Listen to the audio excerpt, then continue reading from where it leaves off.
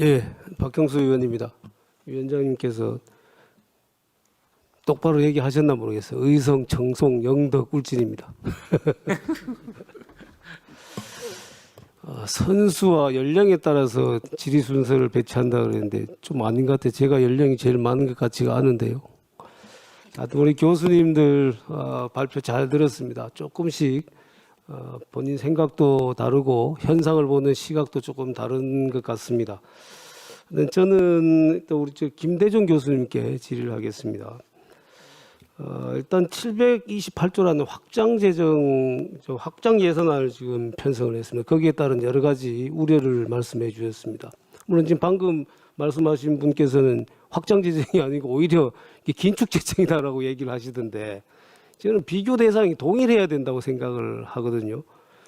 이 본 예산은 본 예산끼리 비교를 해야 되고 전체 추경까지 다 합친 거 비교하려면 내년 예산도 끝나고 난 다음에 그렇게 비교를 해야 되지, 한쪽은 추경까지 합친 금액을 비교를 하고 한쪽은 본 예산으로 비교를 하고, 이거는 평가나 통계에 있어서 그렇게 하면은 저는 일단 안 된다고 생각을 합니다.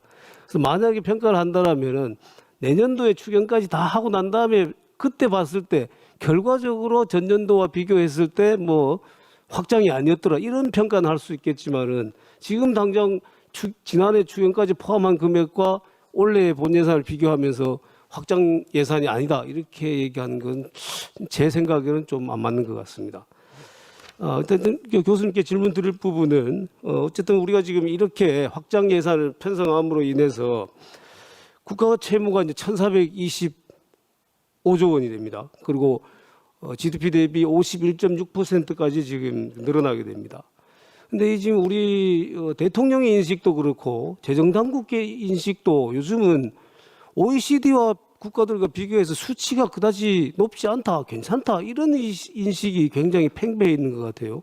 얼마 전까지만 해도 우리가 GDP 대비 이 국가 부채 비율 40%를 넘으면 큰일 나는 것처럼 그렇게 재정당국에서 운영을 했었어요. 그런데 어느 순간부터 이게 재정당국부터 저는 무너지기 시작했다고 보입니다. 근데 교수님께서 이제 그런 부분을 우려를 해주시면서 우리 국가 채무 비율이 2029년까지 58%가량에 달할 것이다 라고 예측을 하셨습니다. 저는 이게 가장 우려되는 부분이 이게 국제 신용 등급의 강등으로 이어지지 않겠느냐. 실제로 프랑스에서 얼마 전에 한 단계가 강등이 됐지 않습니까? 그리고 피치사에서는 얼마 전에 우리 대한민국에 대해서도 국가 부채 비율이 더 높아지면은 신용 등급 강등까지 경고를 했었어요.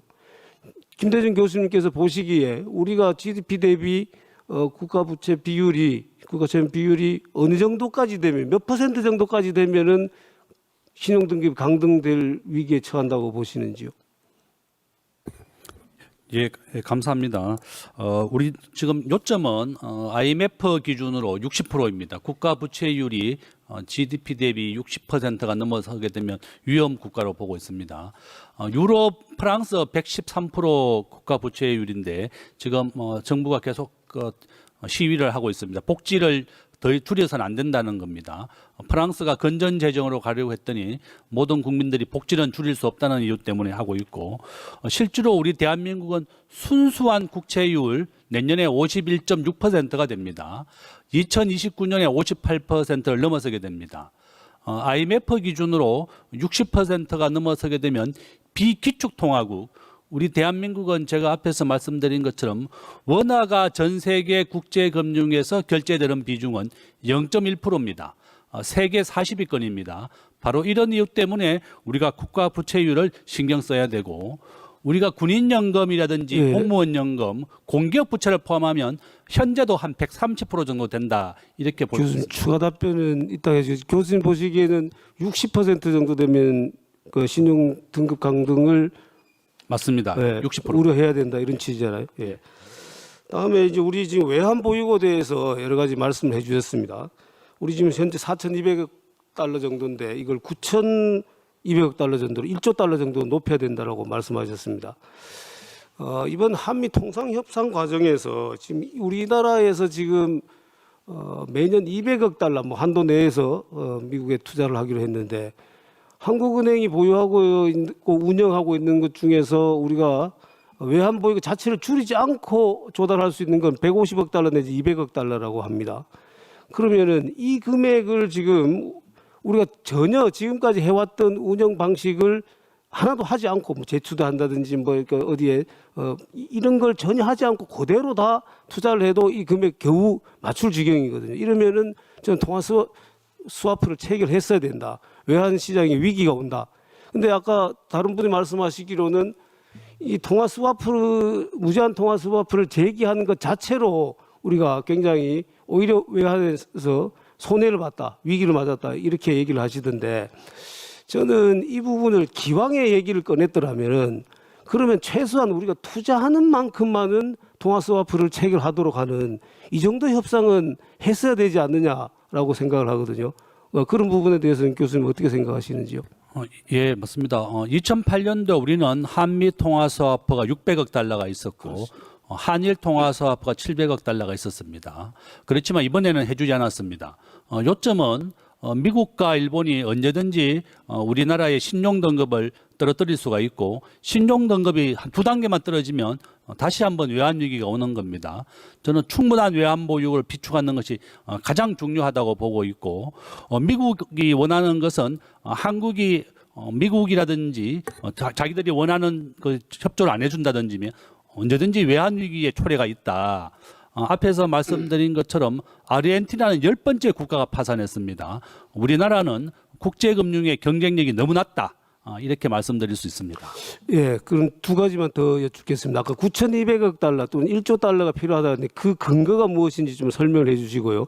이러한 지금 우리가 여러 위기들을 극복을 하고 잘 넘어가려면 재정 준칙이 필요한데 그 재정 준칙을 도입할 때 어떤 부분이 핵심이 돼야 되는지. 예, 답변 드리겠습니다. 지금 페이지 13페이지 보시면 되겠습니다. 국제결제은행인 BIS가 2004년도에 3개월 경상지급액, 우리나라가 매달 사오는 석유에 대한 결제 지급액, 그다음에 한국이 우리나라 전체 시가총액 3,000조입니다. 여기에 대한 3분의 1이 33%를 현재 외국인이 가지고 있습니다. 거주자 외화 예금 이와 같이 공식에 의하면 우리나라의 적정한 외환 보유는 현재 9,200억 달러입니다. 한국은행이 가지고 있는 것은 4,200억 달러로 적정한 외환 보유고의 절반도 되지 않습니다. IMF가 제안한 우리 한국의 적정한 보유액은 7천억 달러 정도 됩니다. IMF가 제안한 것의 기준을 따랐던 아르헨티나가 10번째 국가가 파산했습니다. 바로 이런 이유 때문에 국가가 적정한 부채를 유지하는 것이 가장 중요하다. 저는 우리 국회에서 예산을 이렇게 외국한 평형 채권이나 외환 보유고를 비축하는데도 적극 지출해야 된다. 대만은 국가 GDP의 77% 6천억 달러를 가지고 있습니다.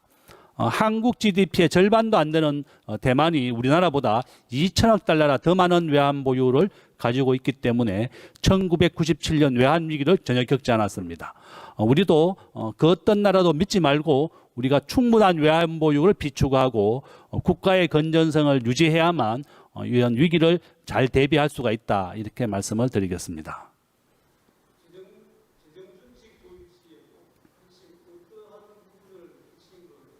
저는 재정 준칙에 있어서도 우리가 국가 예산의 증가율을 물가 수준, 우리가 내년에 국가 물가는 2%, 또한 최저임금은 2.9% 올렸습니다.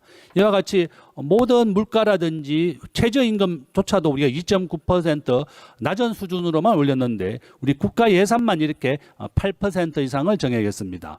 재정 준칙에 있어서도 물가 수준 정도로만 국가 예산을 정해가는 것이 저는 법제화하거나 정해놓는 것도 아주 필요하다. 저는 그렇게 생각하고 있습니다.